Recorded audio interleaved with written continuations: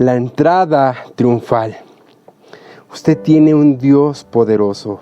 Usted y yo tenemos un Dios vencedor. La Biblia dice que Él exhibió a los principados y potestades públicamente, triunfando sobre ellos en la cruz. Y hoy en el Evangelio de Mateo, capítulo 21, se los habla acerca de esta entrada triunfal. Evangelio de Mateo, capítulo 21, del versículo 5 al 10, dice: Decid a la hija de Sión, he aquí tu rey viene a ti, manso y sentado sobre un asna, sobre un pollino, hijo de animal de carga. Y los discípulos fueron e hicieron como Jesús les mandó, y trajeron el asna y el pollino, y pusieron sobre ellos sus mantos, y él se sentó encima. Y la multitud, que era muy numerosa, tendía sus mantos en el camino. Y otros cortaban ramas de los árboles y las tendían en el camino. Y la gente que iba delante y la gente que iba detrás aclamaba, diciendo: Hosana al Hijo de David, bendito el que viene en el nombre del Señor, hosana en las alturas. Cuando entró él en Jerusalén, toda la ciudad se conmovió diciendo: ¿quién es este? Y la gente decía: este es Jesús, el profeta de Nazaret de Galilea. Amado Dios, te rogamos que nos des palabra, te rogamos que nos des sabiduría y entendimiento, Señor, para comprender tus escrituras, para poder confesar que tú eres el Cristo, el Hijo de Dios viviente, como lo hizo el apóstol Pedro, para decirte: perdónanos nuestros pecados, Señor. Queremos recibir tu reino, el reino de los cielos se ha acercado y tú eres el Rey de Reyes, tú eres el Rey de ese reino. Muchas gracias, amado Dios, porque tú eres misericordioso, porque tú eres manso y humilde de corazón. Tu yugo es fácil y ligera es tu carga, y tomamos la decisión de caminar contigo. Háblanos, guíanos, danos sabiduría, Señor. Pongo esta enseñanza en tus manos, bendito Dios, y aquel que está inclinando su oído para oír, que reciban una palabra de esperanza, una palabra de ánimo, una palabra de sanidad, una palabra de bendición, en el nombre poderoso de Jesús. Amén y amén. Dice la Escritura: decida la hija de Sión, tu rey viene a ti. Gloria a ti, amado Dios. ¿Cuántos le dicen ustedes: ven, Señor, ven? ¿Cuántas veces he escuchado que oramos y decimos: ven, Dios, ven? Pues, ¿sabe qué? Dice la Escritura que el profeta Zacarías, ahora sí que profetizó cientos de años antes de Cristo, en el capítulo 9, versículo 9.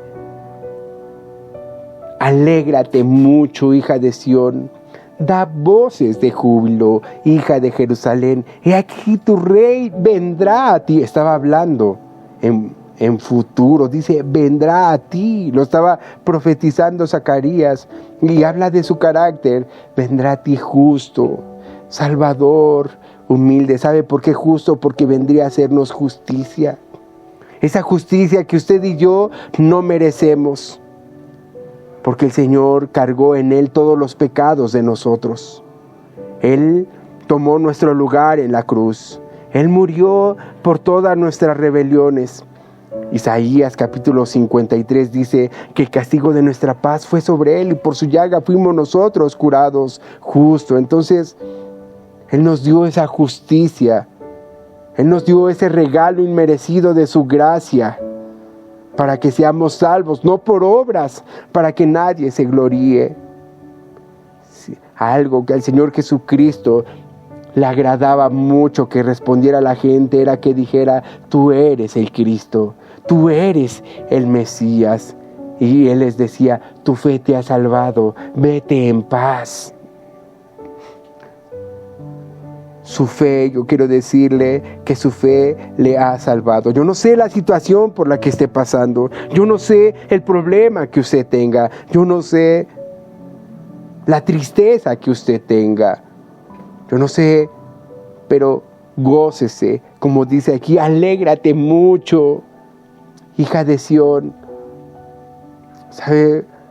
Porque debemos de gozarnos de tener ese Dios tan bueno. Debemos de gozarnos de tener un Dios tan misericordioso.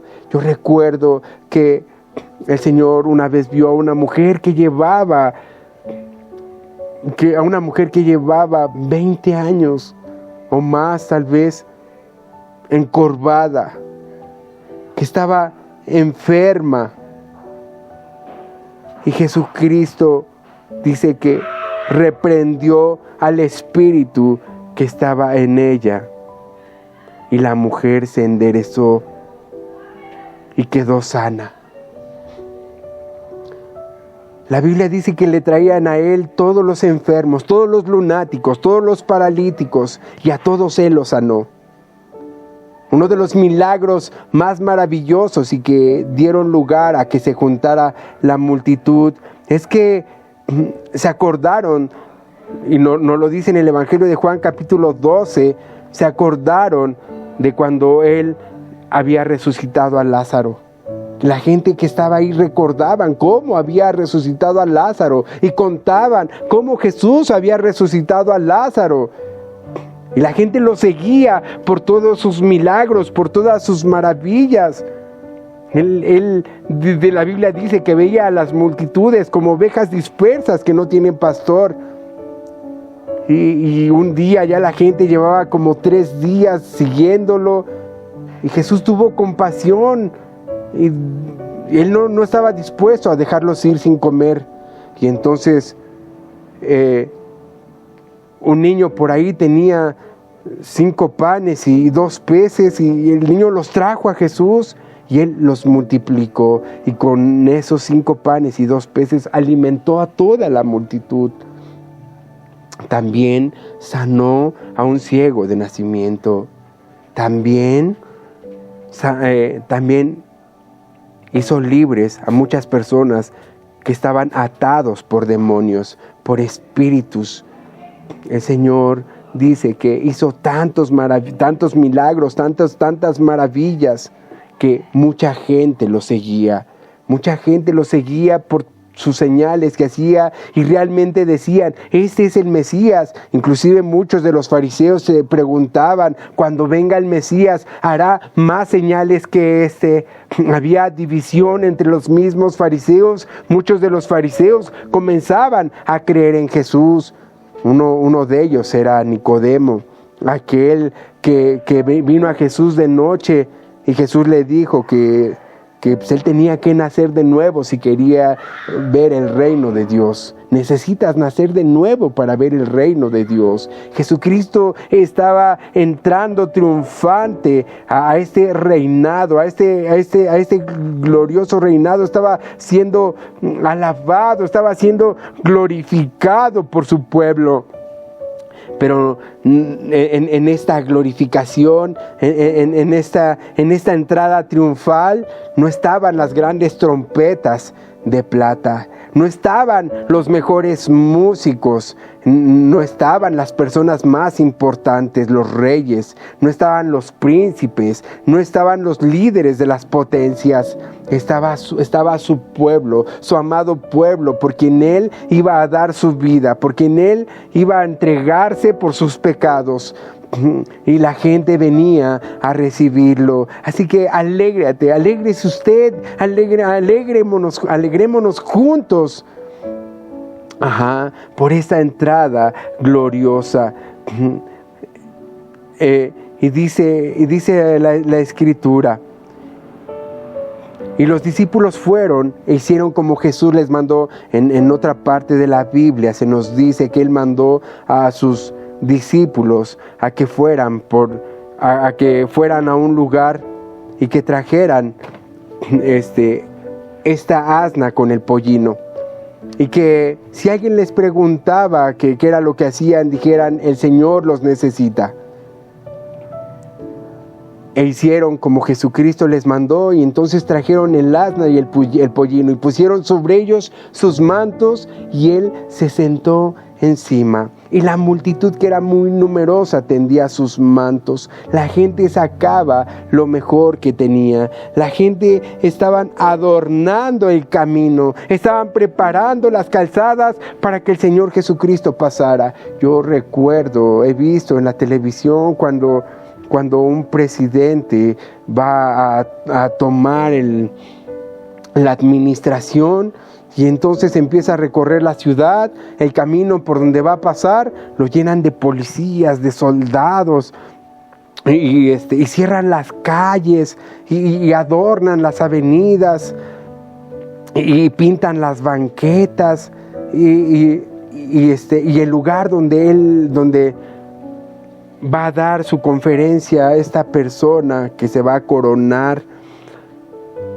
Están las personas más importantes. Bueno, pues en esta celebración no era así. Era la misma gente, la gente humilde, la gente pobre, la gente sencilla, que tomaban sus mantos, dice aquí, sacaban sus mantos, sacaban sus ropas. La gente no tenían una camisa, no tenían una blusa, no tenían unos pantalones, todos usaban túnicas y sacaban esos mantos, esas ropas, los que no tenían más ropa, porque recordemos que había mucha gente de visita en Jerusalén.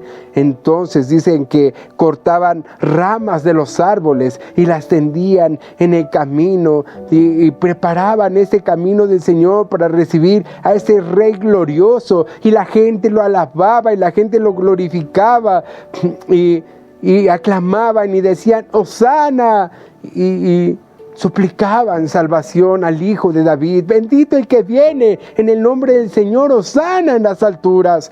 La gente lo veía como ese rey, pero algunos lo veían como aquel hombre que iba a unificar a los judíos, como aquel que podía levantar una rebelión contra los romanos, porque la gente estaban hartos, estaban cansados de los altos impuestos que les cobraban, estaban cansados de la pobreza en la que los tenían.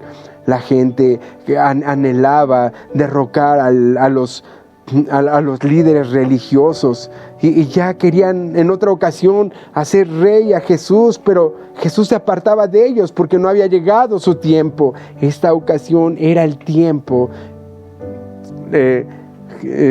Dios tiene sus tiempos para todo. Este era el tiempo. Esta vez Jesús recibía estas alabanzas, esta adoración. A Jesús le gusta que usted y yo le alabemos, que usted y yo le glorifiquemos, que le clamemos, que lo aclamemos. Y la gente estaba conmovida porque pensaban que realmente Él iba a cambiar las cosas, que Él iba a derrocar a las autoridades. La gente pensaba que las cosas iban a cambiar en Israel, pero se equivocaron, porque Jesús venía manso y humilde. Jesús venía a glorificarse en su reino, pero en el reino de los cielos. Vemos más adelante en el Evangelio de Mateo, capítulo 27, que Jesús fue llevado ante Pilato. Y Pilato le preguntó que si realmente él era el rey de los judíos, y Jesús le respondió: mi reino no es de este mundo. El reino de los cielos no consiste en comida ni bebida. Jesús nos dice: buscad primeramente el reino de Dios y su justicia, y todas las cosas vendrán por añadidura. Muchos están buscando que venga un personaje, un líder político, que cambie su situación económica.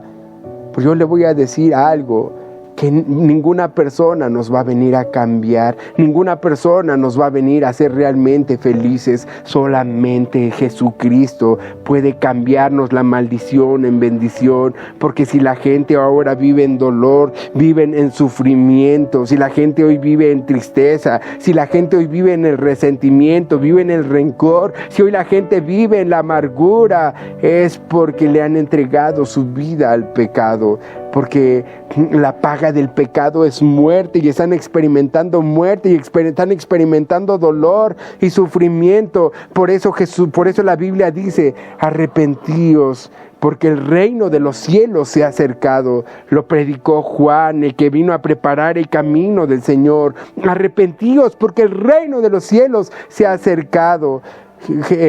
Ese reino estaba llegando con Jesús. La gente lo estaban recibiendo a su rey, pero no entendían lo que hacían. De hecho, acá en el Evangelio de Juan, capítulo 12, nos dice que la gente hacía cosas, pero no entendían lo que hacían. Nos lo dice acá en el Evangelio de Juan.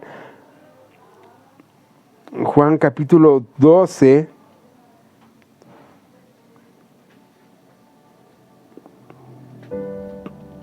A ver.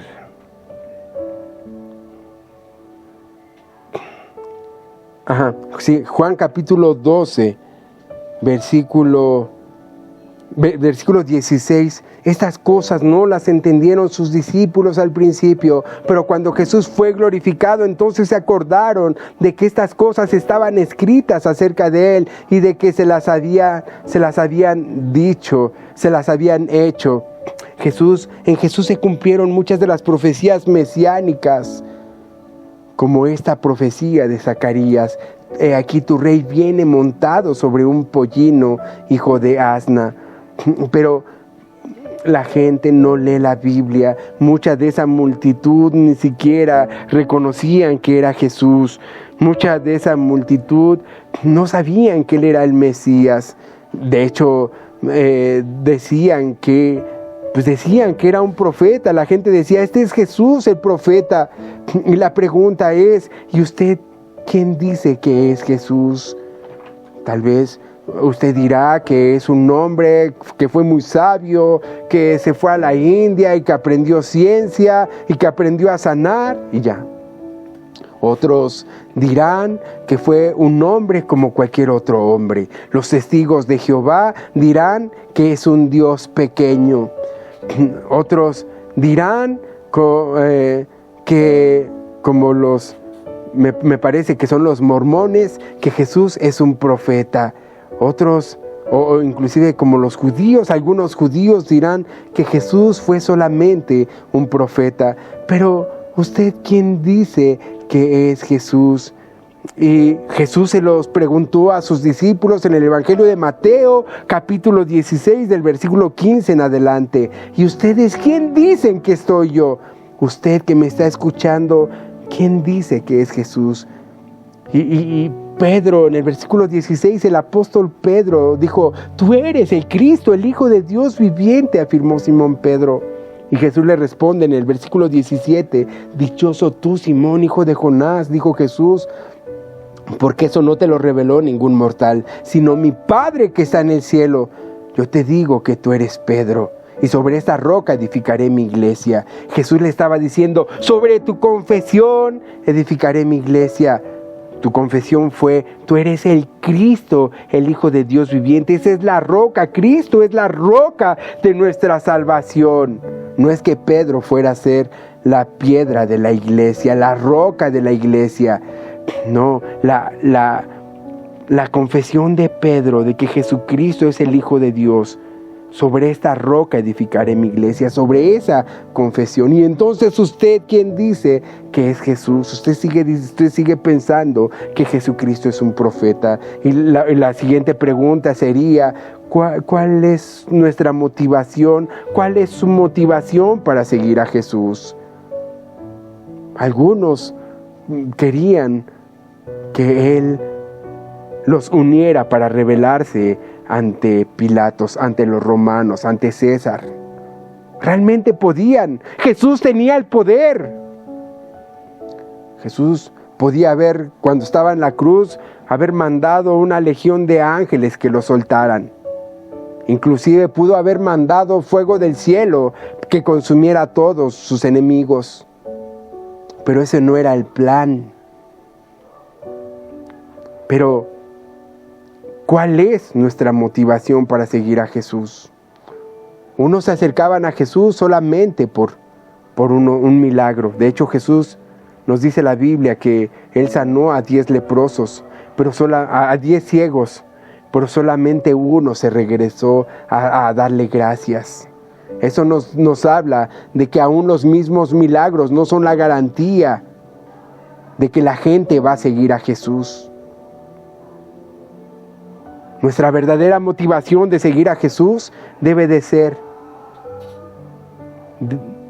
reconocer que Él es el Cristo, el Hijo de Dios, y luego arrepentirnos, como dice la Escritura, para que sean borrados nuestros pecados, para que vengan de la presencia del Señor tiempos de refrigerio. Arrepentíos y convertíos, dijo el apóstol Pedro. Reconocer que le hemos fallado a Dios, reconocer que hemos pecado, reconocer que Él es el Rey de Reyes y el Señor de Señores y que Él es el dueño de todo. Y que así como esos dueños de esos burritos pusieron al servicio de Jesús lo que tenían, así nosotros, poner al servicio de Jesús lo que tenemos. Y decirle al Señor, úsame. Si tú pudiste usar a esos burritos, úsame a mí también, Señor. Úsame a mí también, Dios. Yo quiero llevarte a todos lados. Yo quiero llevarte, Señor, para que seas glorificado. Yo quiero cargarte, yo quiero llevar tu palabra, yo quiero llevarte a la escuela, yo quiero llevarte al trabajo, yo quiero llevarte a mi casa, yo quiero llevarte a todo lugar donde yo voy. Quiero que tú estés conmigo, que ni un momento te apartes de mi vida y yo en ningún momento apartarme de tu presencia. Reconocer que Jesucristo es Dios. Jesucristo vino montado en un pollino, manso y humilde. No vino con todo el despilfarro de los ricos. La Biblia en el libro del profeta Isaías, capítulo 53, dice: ¿quién ha creído a nuestro anuncio? ¿Y sobre quién se ha manifestado el brazo de Jehová? Subirá cual renuevo delante de él, y como raíz en tierra seca. No hay parecer en él, ni hermosura le veremos. Él no vino con vestimenta cara, con adornos extravagantes. No compró su traje en las tiendas más caras de las mejores marcas. Dice, no hay parecer en él ni hermosura. Tal vez muchos le menospreciaban por la forma en la que entró él en la ciudad de Jerusalén. Decían, ¿quién es este? No hay parecer en él ni hermosura le veremos. Más inatractivo para que le deseemos. Y ya vemos después lo que le pasó. Cuando lo arrestaron. Cuando estas multitudes que primero lo recibieron con júbilo, con alegría, con alabanzas. Bueno, ahora gritaban, crucificadle, crucificadle. Y prefirieron dejar libre a un delincuente, a Barrabás. Estas multitudes que le dieron la espalda. Jesús anunció aún que sus amigos, que sus discípulos lo iban a abandonar, que el mismo Pedro lo iba a negar. Y yo digo que no lo negó 3 veces, sino que lo negó 4, porque primeramente le refutó a Jesús que él lo negaría. Y posteriormente, cuando llegó el tiempo de que arrestaron a Jesús y luego encontraron a Pedro y dijeron, él estaba con Jesús, nosotros lo vimos con Jesús, él habla como Jesús. Dijo, no, yo no conozco a ese hombre. Y Pedro negó a Jesús, todos lo abandonaron. Luego vemos cómo crucificaron a Jesús, lo golpearon, abrieron su cuerpo, desfiguraron su rostro, le pusieron una corona de espinas en su cabeza y salía sangre por todo su cuerpo. No había parecer en él, no había hermosura. Y muchos decían, si realmente es el Hijo de Dios, ¿por qué no manda a sus ángeles que lo salven. Fue despreciado, fue desechado entre los hombres. Muchas veces lo despreciaron por ser el hijo del carpintero, el hijo de José. Fue desechado, casi expulsado de las sinagogas, acusado de sanar a la gente en el día sábado. Gente que estaban oprimidos por el diablo, enfermos, endemoniados. Él los hizo libres. Desechado entre los hombres, varón de dolores. Él dijo, el Hijo del Hombre no tiene dónde recostar su cabeza. Fue expuesto al poder de la naturaleza cuando andaba en medio del mar, en la tempestad. Fue expuesto, también sufrió dolor cuando murió su amigo Lázaro y lloró y decían, mira cuánto lo amaba. La gente decía cuánto lo amaba porque lloró en la presencia de todos. Nos dice ahí mismo que Jesús se conmovió cuando preguntó dónde le pusieron y él se paró frente al sepulcro. Dice, como que escondimos él el rostro, fue menospreciado y no lo estimamos. Cuando la gente estaba ahí diciendo, crucificadle, no estimaron todo lo que él hizo. La gente realmente se portó malagradecida y nosotros muchas veces hemos sido malagradecidos con Jesús. Cuando le reprochamos que no nos contesta, cuando la gente dice, ya no voy a ser cristiano porque yo le pedí a Dios un milagro y no me respondió, porque yo le pedí a Dios ese trabajo y no me lo dio, porque yo le pedí a Dios que no me corrieran del trabajo y perdí el empleo, porque yo le pedí, y muchas veces estamos enojados con Dios porque no nos contesta, pero el Señor lo hizo todo. Él entregó todo su amor ahí en la cruz. En el Evangelio de Juan, capítulo 3, versículo 16, dice que de tal manera amó Dios tanto al mundo, que dio a su Hijo unigénito para que todo aquel que en Él crea no se pierda, mas tenga vida eterna. Isaías 53, 4, ciertamente Él llevó nuestras enfermedades, sufrió nuestros dolores. Nosotros le tuvimos por azotado, por herido de Dios y abatido, mas Él herido fue por nuestras rebeliones, molido por nuestros pecados. ¿Sabe? Él fue herido por nuestras rebeliones, porque ciertamente todavía tenemos mucha rebeldía en nuestro corazón. Que Dios nos ayude a entender esto, que Dios nos ayude a darnos cuenta, que se nos caiga esa venda espiritual de nuestros ojos para que veamos realmente esa naturaleza humana llena de pecado que se revela ante el conocimiento de Dios, pero aún así Cristo murió, sufrió por nuestras rebeliones. Él llevó nuestras enfermedades. Herido fue por nuestras rebeliones, fue molido tal cual por nuestros pecados. El castigo de nuestra paz fue sobre Él, por su llaga fuimos nosotros curados. Y realmente ahora yo le puedo decir que en Jesucristo hay paz como Él nos la prometió. Cuando les dijo a sus discípulos, mi paz les dejo, mi paz les doy. Yo no se las doy como el mundo la da. No se turbe su corazón, ni tenga miedo.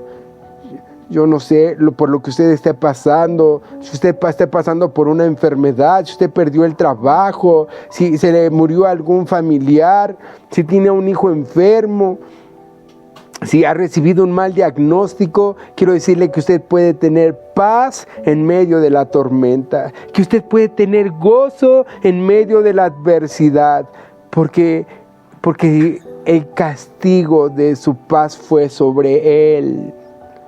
Y por su llaga fuimos nosotros curados. Nuestros corazones han sido curados del resentimiento, del odio, del rencor, de la amargura. Ahora usted y yo podemos amar, podemos perdonar a esas personas que nos hirieron, que nos lastiman, que nos lastimaron en el pasado, pero aquellos que nos siguen ofendiendo en el presente. Y nosotros podemos tener un corazón libre para alabar a Dios, para glorificarlo. Todos nos descarriamos como ovejas, cada cual se apartó por su camino, mas Jehová cargó en él el pecado de todos nosotros. Nos descarriamos como ovejas, pero ahí fue el pastor por nosotros, el buen pastor. Él nos da esa enseñanza en el Evangelio de Juan 10. El buen pastor da su vida por las ovejas. ¿No hizo Jesús eso por nosotros? ¿No dio Jesús su vida por nosotros? ¿No fue Jesús quien tomó nuestro lugar en la cruz? ¿No fue Jesús quien cargó en él el pecado de todos nosotros? Juan 3:16, que de tal manera amó Dios al mundo, que envió a su Hijo Jesucristo a morir por nosotros en la cruz. Y Jesús obedeció a su Padre y oraba a su Padre y le decía: Padre, si es necesario que pase de mí esta copa, que no sea mi voluntad, sino la tuya. Jesús entendió la voluntad de su Padre y fue obediente hasta la muerte y la muerte de cruz. Y ciertamente Él enmudeció y no abrió su boca. En algún momento se quedó callado frente a Pilatos. Pero nosotros, cada cual se aparta por su camino. Pero Jehová cargó en Jesús el pecado de todos nosotros. Él fue angustiado, Isaías 53:7. Y él fue afligido, no abrió su boca, como cordero fue llevado al matadero, como oveja delante de sus trasquiladores. No solo los soldados lo atormentaban, también los hombres lo humillaban, lo escupían. Pero aún así no abrió su boca, o quizás sí, cuando estaba ya él en la cruz, y decía: Padre, perdónalos porque no saben lo que hacen. Y si abrió su boca fue para perdonarnos, para interceder por nosotros aún. Y como oveja delante de sus trasquiladores, por cárcel y por juicio fue quitado, porque ciertamente fue llevado a la cárcel. Y su generación, ¿quién la contará? Porque fue cortado de la tierra de los vivientes. Y por la rebelión de mi pueblo fue herido. Y se dispuso con los impíos su sepultura. Es decir, en la cruz se encontró con otros 2 delincuentes. Y uno de ellos se arrepintió y dijo: Señor, si eres tú el Hijo de Dios, que esté contigo en el paraíso. Y Jesús le dijo: de cierto te digo, hoy estarás conmigo en el paraíso. Aunque nunca hizo maldad Jesús, ni hubo engaño en su boca. Nunca hizo maldad Jesús, ni hubo engaño en su boca. Este es el Rey de Reyes y Señor de Señores. Él es el que entró a la ciudad de Jerusalén triunfante, glorioso, poderoso, magnífico, maravilloso. Alábele, glorifíquele y entréguele su corazón. Si usted nunca ha aceptado a Jesús en su corazón, hoy yo le guío en esta oración para que le entregue su vida al Señor. Tal vez usted dirá: yo ya creo en Jesús. La Biblia dice que con el corazón se cree para justicia, mas con la boca se confiesa para salvación. Es necesario que usted confiese que Jesucristo es su Salvador. Repita después de mí: Señor Jesús, te doy muchas gracias por morir por mis pecados. Te pido perdón por todos mis pecados. Te pido perdón por todas mis faltas, por todas las veces que te he quedado mal. Creo que tú eres Jesucristo el Mesías, Jesucristo mi Salvador, mi único y suficiente Salvador. Te entrego mi corazón y mi vida. Te pido perdón por todas mis faltas, por todas las veces que te he quedado mal. Muchas gracias por lo que hiciste por mí en la cruz. Aunque no lo merecías.